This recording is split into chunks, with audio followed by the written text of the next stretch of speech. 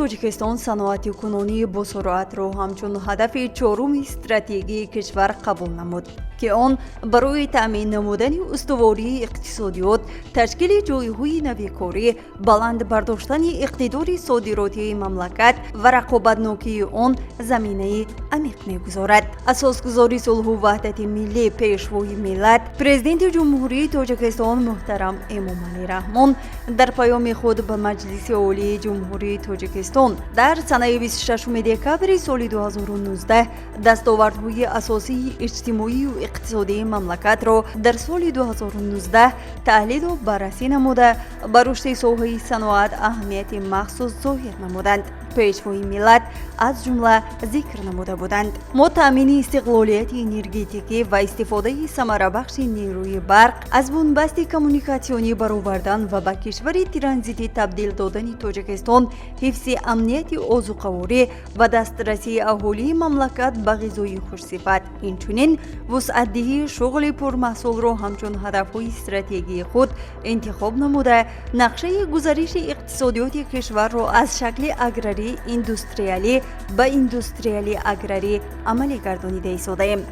در نتیجه تدبیرهای عملی نموده حکومت مملکت در 3 سال اخیر حصه ساحه صنعت در مجموع محصولات داخلی از 15.2 تا 17.3% افزایش یافت.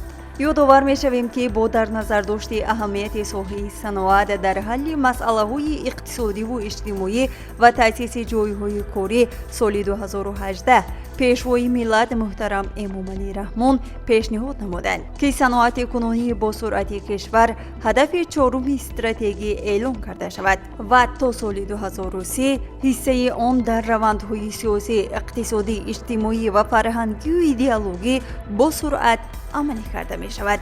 پس از گفتن چنین گفتارها در سال 2022 پرزیدنت جمهوری تاجیکستان محترم امامعلی رحمان فرمانی را به امضا رسانیدند که مطابق ماده 69 کنستیتوسیون جمهوری تاجیکستان با مقصد تامین عملی شوی روند صنعت کنونی با سرعت کشور سالهای 2022-2026 سالهای رشد صنعت اعلام کرده شود.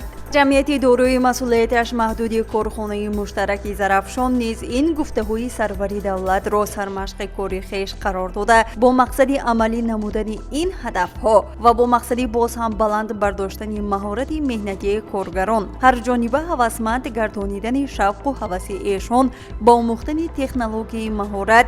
در این کارخانه مسابقه چهارم تکنیکی تشکیل کرده شد. بعد قریب 2 ماه مسابقه پرشدت این مسابقه تکنیکی با موفقیت انجام یافت. در مسابقه جمع 12 نمود از قبیل مکانیک، کفشیرچی، الکترومانتور و غیره اشتراک کردند. در رفت مسابقه بسیار متخصصان به کمال رسیدند. در نتیجه مسابقه 78 نفر کارگران غالب دانسته شدند. جناب چیجان یاومین که مدیر کل شرکت و دیگر راهبران شرکت در مراسم سپاریدن جایزه ها به غالبان آزمون چهارم تکنیکی شرکت کرده، کارمندانی را که در این آزمون تکنیکی به نتیجه های بلند رسیدند قدردانی نمودند و عکس دست جمعانه گرفتند. در برابر این کارخانه نسبت به همه کارگران طلب‌های زیاد به میان گذاشته است. اولا همه کارگران باید تکنولوژی را آموزند و تکنولوژی را در اساس کار خود تکمیل دهند. دوم، هر یک شعبه باید تربیت کادرها را باز هم پرزور نماید، اقتدار کارکنان را استفاده برد. سوم، نمونه های خوب ایجاد کند، حس شأن و شرف و افتخار کارمندان پیش قدم را بلند بردارد، فضای پرقوت آموزشی به وجود آورد. گذرانیدن آزمون تکنیکی به اکثریت کارمندان امکان می دهد که دانش و ملکه را مبادله کنند، آموزند، فضای خوبی آموزشی به وجود آورند تا کارمندان صاحب اختصاص و با تجربه به کمال برسند و نمونه عبرت باشند.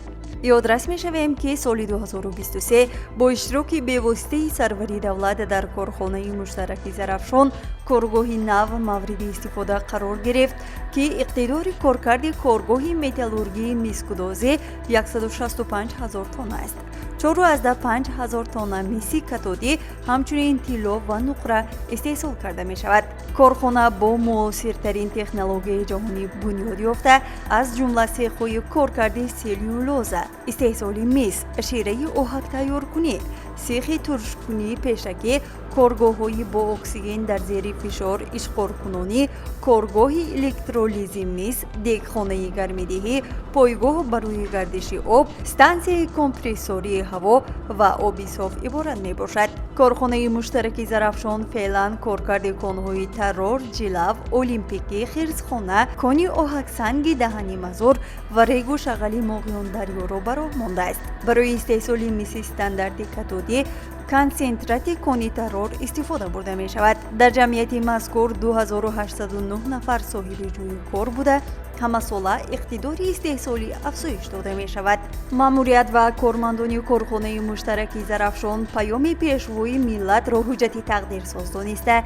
این حجت استراتژی هدفمند رشد ساحه‌های مختلف جامعه را در یک دوره معین جمع‌بست نموده، پیشبرد سیاست متوازن دولتی را بابت اجرای برنامه و استراتژی‌های دولتی و خاطر حل مسائل اجتماعی اهالی معین کننده می‌دانند. و میگویند ما میخواهیم همه وقت در گرد سخنان سرور دولت سالهای 2022-2026 که همچون سالهای رشد صنعت اعلان شده است، محض در این سال رشد صنعتی تاجیکستان را تا درجه های عالی برسانیم.